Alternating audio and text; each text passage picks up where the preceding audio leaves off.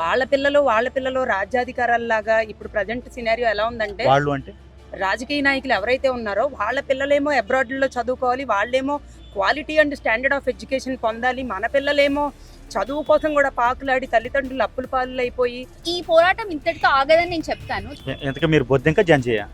నేను Gen Z.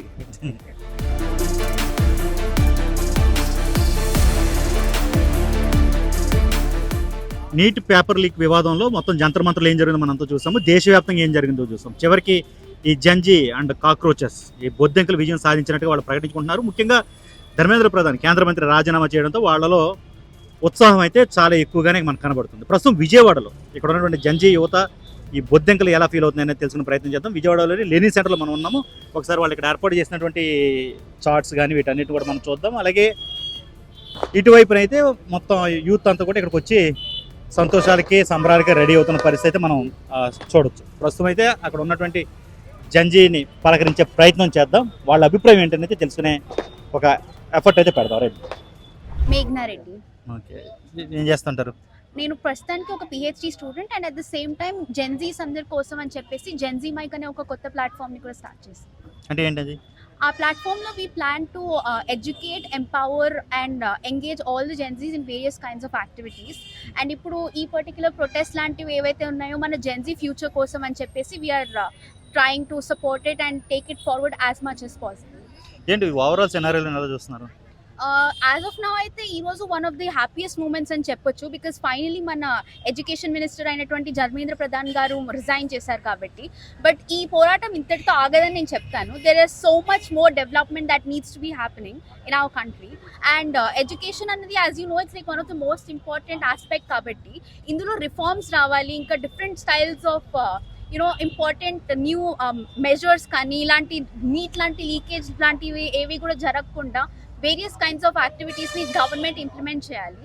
And at the same time ఏంటంటే already పాపం ఎవరైతే 21 మంది పిల్లలు ఎఫెక్ట్ అయ్యి చనిపోయారో వాళ్ళందరికీ కూడా they need to get some kind of compensation as demanded by the cockroach Janata party అని చెప్పేసి I'm just hoping that the government will take proper measures and ఫ్యూచర్లో ఇలాంటివి ఏవి జరగకుండా మనం ఒక గట్టి పోరాటాన్ని ఇలానే జెన్జీ అందరూ కలిసి యునైట్ అయ్యి పోరాడితే సాధించగలుగుతామని చెప్పేసి ప్రూవ్ చేసుకున్నాం. చాలా వరకు ఎవరైతే ప్రొజెక్ట్ చేస్తున్నారో వాళ్ళందరూ కూడా యాంటీ నేషనల్ అని లేకపోతే రకరకాల చేశారు కదా, దాన్ని ఎలా చూస్తున్నారు?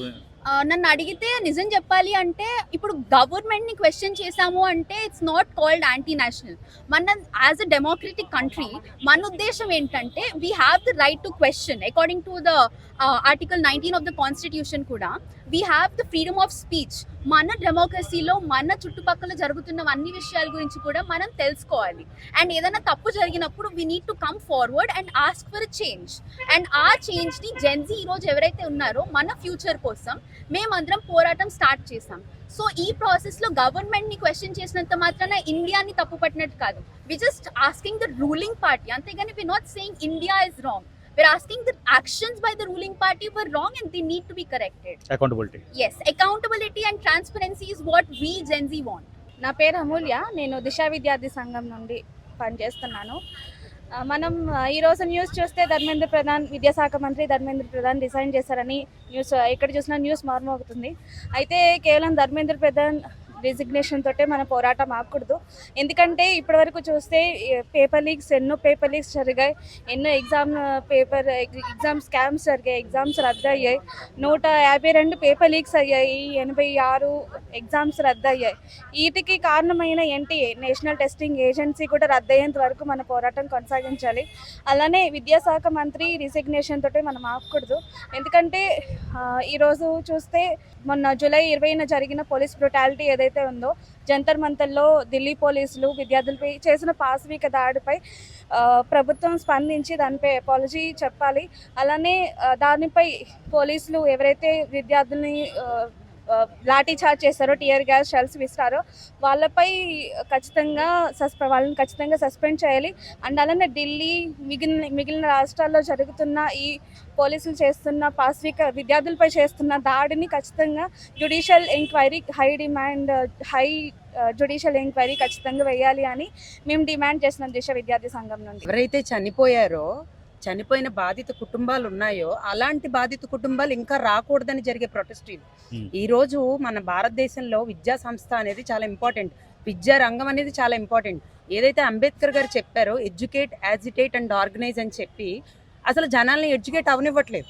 వాళ్ళ పిల్లలు రాజ్యాధికారాల్లాగా ఇప్పుడు ప్రజెంట్ సినారియో ఎలా ఉందంటే, వాళ్ళు అంటే రాజకీయ నాయకులు ఎవరైతే ఉన్నారో వాళ్ళ పిల్లలేమో అబ్రాడ్లో చదువుకోవాలి, వాళ్ళేమో quality and standard of education పొందాలి, మన పిల్లలేమో చదువు కోసం కూడా పాకులాడి తల్లిదండ్రులు అప్పుల పాలు అయిపోయి నానా రకాలైన ఇబ్బందులు గురవ్వాలని చెప్పే సంస్థ ఏదైతే ఉందో దాని మీద పోరాటం ఇది. ఇప్పుడు నీటి విద్యార్థులు ఉద్యోగాల కోసం లేకపోతే హయ్యర్ స్టాండర్డ్ ఎడ్యుకేషన్ కోసం రాశారు, తప్పదు, మరి అక్కడితో ఆగలేరు కదా. వాళ్ళు పోరాడాలి అంటే సిస్టంలో వాళ్ళు ఉండాలా. ఎవరైతే చనిపోయారో బాధితులు ఉన్నారో ఆ బాధితులు ఇంకొక కుటుంబంలో ఉండకూడదు. ఇలాంటి పేపర్ లీకులు ఎంతకాలం ఎంకరేజ్ చేస్తారు? అసలు ఎడ్యుకేషన్ సిస్టమే స్ట్రాంగ్గా ఉండాలని చెప్తే ఆ ఎడ్యుకేషన్ సిస్టంలో ఇంత లూప్ హోల్ ఉంటే దాని మీద పోరాడుతుంటే యాంటీ నేషనల్స్ అంటే ఆ రోజు భగత్ సింగ్ గారిని కూడా యాంటీ నేషనల్నే అన్నారు. ఆ రోజు ఎవరైతే పోరాటం చేశారో వాళ్ళందరూ సుభాష్ చంద్రబోస్ గారిని అందరినీ పెట్టి మరీ చూపించారు, వీళ్ళందరూ మన గవర్నమెంట్కి అగెనిస్ట్. కానీ ఆ రోజు బ్రిటిష్ రాజ్యం ఉంది, ఈ రోజు ఇండియన్ రాజ్యం ఉంది. తేడా ఏంటంటే అప్పుడు ప్రశ్నించినోడు ఉగ్రవాదే, అప్పుడు ప్రశ్నించినోడు తీవ్రవాదే, ఇప్పుడు ప్రశ్నించినోడు ఉగ్రవాది తీవ్రవాది.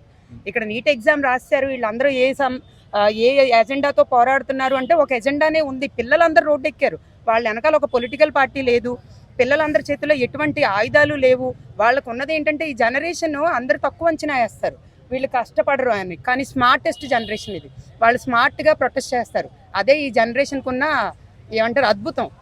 కానీ గైడ్ చేసి ఒక ఫోర్స్ లేకపోవడం వల్ల ఇది ఒక అంటే స్ట్రీమ్ లైన్ అవ్వదు కదా, మొత్తం విచ్చలవిడైపోయే ప్రమాదం ఇప్పుడు కూడా ఆమ్ ఉంది కదా. ఆద్మీ పార్టీ వెళ్ళింది, లేకపోతే రాహుల్ గాంధీ గారు వెళ్ళారు, వెళ్ళగానే ఏమంటున్నారు వాళ్ళ పర్సనల్ ఎజెండాస్కి వెళ్ళిపోతున్నారు. ఇక్కడ రూట్ ఏదైతే ఉందో root cause of the system మాట్లాడే వాళ్ళు లేరు. ఎవరు వెళ్ళినా ఎవరి స్వలాభాల కోసం వెళ్ళిపోతున్నారు. అలా వెళ్ళినప్పుడు ఏ ఉద్యమం అయినా డైవర్ట్ అవుతుంది. మరి పిల్లలు ఆవేశంలో పుట్టిన ఉద్యమాన్ని కూడా కంట్రోల్ చేసుకోలేని చేతగాని ప్రభుత్వం ఇది. పిల్లలు ఏదో ఆవేశంలో వచ్చారు, వాళ్ళకి ఏం అడుగుతున్నారు, మా ఎడ్యుకేషన్ సిస్టమ్ శుభ్రంగా చూడండి, ఇలాంటి పేపర్ లీకులు లేకుండా చూడండి, మాకు ప్రభుత్వం మాకు మంచి ప్రొటెక్షన్ ఇవ్వండి అని అడుగుతుంటే దాన్ని పిలిపించి విద్యార్థులను మాట్లాడించి మీకు మేము ఉన్నాము, అండగా ఉన్నామని చెప్పాల్సిన సీనియర్ నాయకులే వాళ్ళ మీద దాడులకు దిగుతుంటే ఇంకా ఎవరి దగ్గరికి వెళ్తారు? ఇప్పుడు ఒక రామాయణంలో ఉందండి, ఉడతని తొక్కేస్తే రామా నేను ఎవరికి వెళ్ళి చెప్పుకొని నువ్వే నన్ను తొక్కేస్తే. సరే అది నాకు ఐడియా లేదు, మీకు ఐడియా. సో ఎవరికి వెళ్ళి చెప్పుకుంటారు? తొక్కేసేదే అధికారంలో ఉన్నోళ్ళు అయితే ఎవరి దగ్గరికి వెళ్ళి పోరాడాలి, ఎవరి కోసం పోరాడాలి? ప్రశ్నించే వాడిని ఉగ్రవాది తీవ్రవాది అండం మానేస్తే సగం ఈ దేశం బాగుపడుతుందండి. అంటే మనకు నచ్చిన పాలసీస్ అందరూ యాక్సెప్ట్ చేయాలి, యాక్సెప్ట్ చేయకపోతే యాంటీ నేషనల్ లేకపోతే టెర్రరిస్టులు. నా పేరు స్వర్ణలత అండి, AP high court advocate plus social activist. ఎంతో మన దరిద్రం ఏంటంటే ఆంధ్ర రాష్ట్రంలో ఇంకా ప్రొటెస్టులు ఇంకా అవ్వకపోవడానికి ప్రశ్నించినోడు గొంతు నొక్కేస్తాడు, ప్రశ్నించిన వాళ్ళ మీద కేసులు పెడతారు. మొన్న డిప్యూటీ సీఎం గారు అంటున్నారు కాక్రోచ్లని వచ్చేసి ఏదో చేస్తుందని చెప్పి మాట్లాడుతున్నారు. ఆయన ఒక ఎగ్జాంపుల్ చెప్పారు, సుమతి శతకం, చలి చీమల ఆయనకు అర్థం కావట్లా. అలా బలం లేని వాడు అందరూ ఈక్వల్ అయితే ఒకటైతే యూనిటీగా ప్రొటెస్ట్ చేస్తే ఎంతటి రాజ్యాలన్నా కూలిపోతాయనే విషయం ఆయనకు అర్థం కావట్లేదు. చిన్న ప్రొటెస్ట్ అనుకుంటున్నారు, ఈరోజు చిన్న ప్రొటెస్ట్ ఇలా వీధులు రోడ్లు ఎక్కిందా? కాదు కదండి. ఒక సంస్థనే ఒక ఏమంటారు మన పొలిటికల్ ఇదినే దెబ్బతీసే స్టేజ్కి వచ్చింది. ఇప్పుడు ఎందుకు భయపడి రిజైన్ చేశారు? ఇదేదో ముందే చేసి ఉంటే వాళ్ళ గౌరవం నిలబెట్టుకునేవాళ్ళు కదా. అన్న మీ పేరు? Prasanna Kumar, SFI state secretary. ఈరోజు విద్యార్థులు యువకుల పోరాటాలని పెద్ద ఎత్తున విజయం సాధించింది. పోరాటాలు ఎప్పుడు వృధా కాదని, ఏది శాశ్వతం కాదు, ఈ దేశ ప్రజాస్వామ్యం మాత్రమే శాశ్వతం అని ఈ దేశ యువత విద్యార్థులకు నిరూపించింది. ఈరోజు కేంద్ర విద్యాశాఖ మంత్రి ధర్మేంద్ర ప్రధాన్ రాజీనామా చేశారు. ఈ రాజీనామాని విక్టరీగా ఈరోజు ప్రకటిస్తూ ఉన్నాం. ఈ ఉద్యమాల్లో పాల్గొన్నటువంటి లక్షలాది మంది విద్యార్థులు యువకులు వాళ్ళందరికీ కూడా ఎస్ఎఫ్ఐ శాల్యూట్ చెప్తా ఉంది. అదేవిధంగా మిగిలినటువంటి ఎన్టీఏ నేషనల్ టెస్టింగ్ ఏజెన్సీ రద్దు చేయమని కోరుతా ఉన్నాం. అట్లాగే మొత్తం విద్యా సంస్కరణలు కూడా ఈ విద్యార్థులకు యువకులు కోరుతా ఉన్నారు. ఆ విద్యా సంస్కరణలు తీసుకురావాలంటే న్యూ ఎడ్యుకేషన్ పాలసీని రద్దు చేయమని కూడా మేము కోరుతున్నాము. ఎందుకు మీరు బొద్దింక జంజీయా? నేను జెన్జీ. సంతోషి సార్. చదువుతున్నారా? హా. ఏం చదువుతున్నారు? Law student. ఏంటి ఎలా చూస్తున్నారు దీన్ని మొత్తం ఈ కాక్రోచ్ ఇష్యూని కానీ ధర్మేంద్ర ప్రధాన్ రాజీనామాని కానీ? Actually, I'm grateful that Gen Zs ముందుకు వచ్చారు and have taken the charge of the education system. Education system చాలా డిఫెక్ట్స్ ఉన్నాయి and it has come forward. At least ఒక స్టార్టింగ్ పాయింట్ అయింది. కాక్రోచెస్ అన్నదానికి చాలామంది ప్రొటెస్ట్ చేస్తున్నారు అన్న మాట అంటున్నారు, కానీ కాక్రోచ్ అన్నదానికి కాదు. ఎడ్యుకేషన్ సిస్టంలో చాలానే డిఫెక్ట్స్ ఉన్నాయి. అండ్ నీట్ పేపర్ లీక్ చాలా పెద్దది. And it cannot be regarded as something that we can take as advantage or something that we can take it as okay జరుగుతుంది ఇది అని తీసుకునే ఛాన్స్ అయితే లేదు. అండ్ 21 మెంబర్స్ చనిపోయిన తర్వాత కూడా ధర్మేంద్ర ప్రధాన్ రిజైన్ చేయలేదు. And it took almost 30 days for his resignation to address, ఒకసారి కూడా అడ్రస్ చేయలేదు. And finally when 20th July ఎప్పుడైతే మార్చ్ అంత పెద్ద ఎత్తుకు వెళ్ళిందో అప్పుడు కొంచెం ముందుకు వచ్చారు జనాలు. And coming to judiciary, Delhi high court అసలు మా దగ్గర టైం లేదు అని చెప్పి అన్నారు. ఇవి అన్నీ మమ్మల్ని డ్రాగ్ చేయదు ఈ మ్యాటర్లో అన్నారు. And supreme court have said that we don't want to see the videos of ఎలాగైతే లాఠీ చార్జ్ చేశారో అవి మేమేం చూడదలుచుకోవట్లేదు అన్నారు. That is wrong. And September 11th post చేశారు ఆ డేట్. అండ్ కనీసం ఇంటరిమ్ ఆర్డర్ అన్న పాస్ చేసి ఉండాల్సింది, అంత ఇదిగా లాఠీ చార్జ్ చేయకుండా ఉండాల్సింది. ఎంతమంది స్టూడెంట్స్ హామ్ జరిగింది వాళ్ళకి. And it should not be treated as, నాకు తెలిసి ఇది ఒక విక్టరీ కూడా కాదు. Only legislature have come forward to change. Executive ఇక్కడ మాకు ప్రస్తుతానికి పోలీస్ సపోర్ట్ ఓకే దొరుకుతుంది, బట్ అక్కడ ఇంకా కూడా జరుగుతూనే ఉన్నాయి. So it should not be the same way. And judiciary should take action. And press చాలా వరకు కరెక్ట్గా క్లియర్గా అన్నీ చూపించట్లేదు. మేబీ డెమోక్రసీలో 4 pillars ఇవి. డెమోక్రసీలో జరిగేవి మనం ఒకవేళ కరెక్ట్గా పెట్టకపోతే సెన్సి ఇలాగే కాక్రోచెస్ లాగే ముందుకు రావాల్సి వస్తుంది ఏమో సార్. ఇంకా కూడా ఏంటంటే ఎలా చూస్తున్నారు ఇదంతా, ఏంటి అసలు ఈ హడావుడి ఇదంతా? ఒక 1-2 months బ్యాక్ అసలు ఈ ప్రొటెస్ట్ స్టార్ట్ చేసినప్పుడు అసలు ఏంటి ఎవరు వీళ్ళు, ఇవన్నీ అయ్యే పనులు కాదు అన్నారు. కానీ వాళ్ళు యూత్ వాళ్ళు ఫైట్ చేసి రిలెంట్లెస్గా వాళ్ళ పవర్ ఏంటో చూపించారు. ఇది సొల్యూషన్ అయితే కాదు, ఇది జస్ట్ ద బిగినింగ్. ఇంకా చాలా దూరం ఉంది వెళ్ళాల్సింది. మనం అసలు అండర్లయింగ్ ఇష్యూ ఏంటి అని అర్థం చేసుకోవాలి రూట్ కాజ్ నుంచి. మనకి ఎవ్రీ ఇయర్ నీట్ ఎన్నో lakhs ఆఫ్ స్టూడెంట్స్ రాస్తున్నారు, కానీ మనకి సీట్స్ less than 1.5 lakh ఉన్నాయి. నీట్ అనే కాదు, మీరు ఏ కాంపిటేటివ్ ఎగ్జామ్ తీసుకున్న యూపీఎస్సీ 10 lakhs మెంబర్స్ అప్లై చేస్తే మనకి హార్డ్లీ 1000 సీట్స్ ఉంటాయి. ఎస్ఎస్సి 25 lakhs 30 lakhs అప్లై చేస్తారు, 12 to 15,000 సీట్స్ ఉంటాయి. ఏంటి ఇక్కడ అన్ఎంప్లాయ్మెంట్ అనేది యూత్కి ప్రైవేట్లో ఆపర్చునిటీస్ లేక గవర్నమెంట్ ఎగ్జామ్స్ వైపు అందరూ రావడం వల్ల ఇంత కాంపిటీషన్ అనేది పెరుగుతుంది. దానివల్ల ఈ క్వశ్చన్ పేపర్ లీక్స్ అనేవి అవుతుంది. ఇప్పుడు గవర్నమెంట్ రెస్పాన్స్ ఏమి చెప్పింది, మేము ఫాస్ట్ ట్రాక్ కోర్ట్స్ అనేవి పెడుతున్నామని.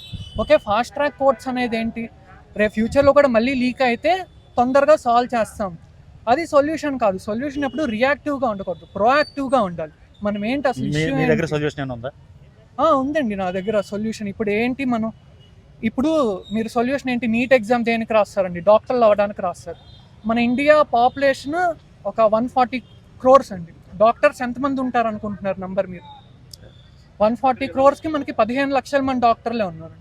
ఇయర్కి మనకి ఎంబీబీఎస్ స్టూడెంట్స్ 15 లక్షలు అంతేనా? అంత తక్కువ ఉంటున్నారు. అదే 15 లక్షల మంది ఉంటున్నారు. ఎవ్రీ ఇయర్ చదువుతున్న వాళ్ళందరూ అదే ఎవ్రీ ఇయర్ ఎంతమంది బయటకు వస్తున్నారు అనుకుంటున్నారు? ఎంబీబీఎస్ 1,00,000 మందే వస్తున్నారు.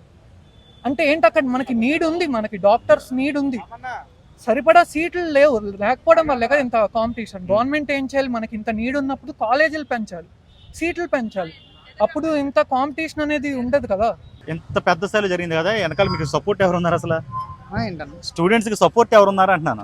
స్టూడెంట్సే సపోర్ట్ అన్న. ఎందుకంటే అది మినిస్టర్ కూడా చెప్పారు, రూట్ కాజ్ ఏంటంటే ఫండింగ్ అసలు ఎవరి నుండి రాలేదు. ఒక స్టూడెంట్ ఫండింగ్ అనేది స్టూడెంట్సే సపోర్ట్ చేసుకున్నారు. ఆ ప్రొటెస్ట్ లో కూడా తోటి స్టూడెంట్స్ తోటి అన్ఎంప్లాయ్మెంట్ యూత్ వాళ్ళకి ఫుడ్ డొనేషన్స్ అన్ని ఇచ్చుకొని ఒకరికొకరు యూనిటీగా రక్షించుకొని ఈ ప్రొటెస్ట్ చేశారు. ప్రొటెస్ట్ కాజ్ ఎడ్యుకేషన్ మినిస్టర్ దింపాలనుకున్నారు, దింపారు. నెక్స్ట్ ఏంటంటే సెకండ్ 2 డిమాండ్స్. ఒకటి ఏంటంటే బాధితుపడిన 20 మంది వాళ్ళకి 20 మంది సూసైడ్ చేసుకున్న వాళ్ళకి 1 crore donation financial each 1 crore. And పోలీసుల మీద స్టూడెంట్స్ మీద లాఠీ చార్జీలు చేసినందుకు police department, home minister sorry చెప్పాలని డిమాండ్ చేశారు. అంటే వాళ్ళ డ్యూటీ వాళ్ళు చేశారు కదా, అలా అనుకోలేదు కదా.